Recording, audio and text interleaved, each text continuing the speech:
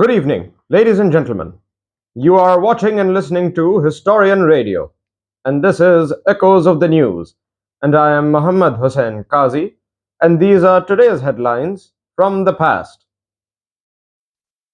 On this day, the 1st of October 1880, Edison Lamp Works began operations in New Jersey producing light bulbs.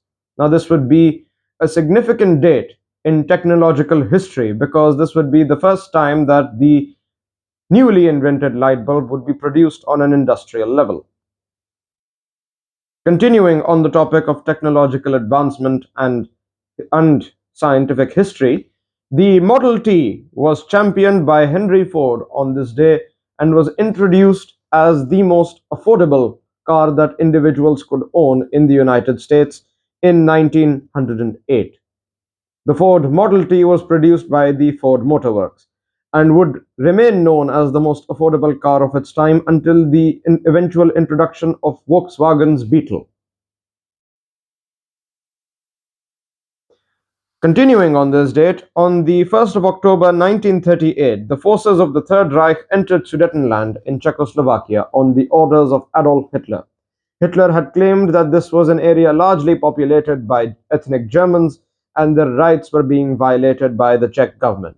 He would use this as a pretext to first occupy the Sudetenland and then occupy the entirety of Czechoslovakia. This would subsequently lead to one of the most devastating conflicts in human history, known as the Second World War. And continuing on this date, in 1949, the People's Republic of China was proclaimed, and this would subsequently be remembered as China's National Day. On this day, when the PRC was brought into effect, Chairman Mao was selected as its chairman and its head of state. China has since then been one of the most significant contributors in the events of the Cold War and the new world order that has taken place till this date. And continuing on this topic of the New World Order, in 1963, on the 1st of October, the Nuclear Test Ban Treaty was signed by the United Kingdom, the United States, and the Union of Soviet Socialist Republics, also known as the Soviet Union. This would be the first step taken by the three nuclear powers of the time towards nuclear non-proliferation. Now we move on to the next segment of our show, where we recount the historical births and deaths of famous figures from the 19th, 20th, and sometimes earlier centuries. Born on this day in 1207 was Henry III of England.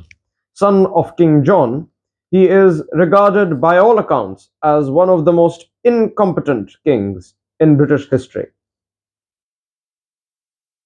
Jimmy Carter, President of the United States, was also born on this day in 1924, and unlike Henry III, he is not regarded as one of the most incompetent leaders in the world and is rather remembered in not just the history of the United States but also the history of the world as one of the most competent statesmen and presidents. He is best remembered for his efforts and struggles in having the Camp David Accords signed and, of course, securing peace with the Soviets.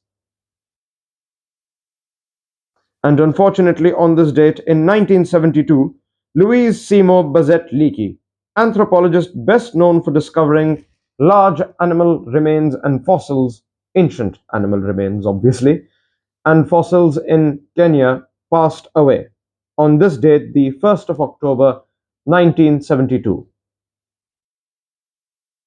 And on that note, that was it for today's headlines. You were watching and listening to Historian Radio's Echoes of the News, and I am Muhammad Hussain Qazi, and these were today's headlines as history first heard them. Good night.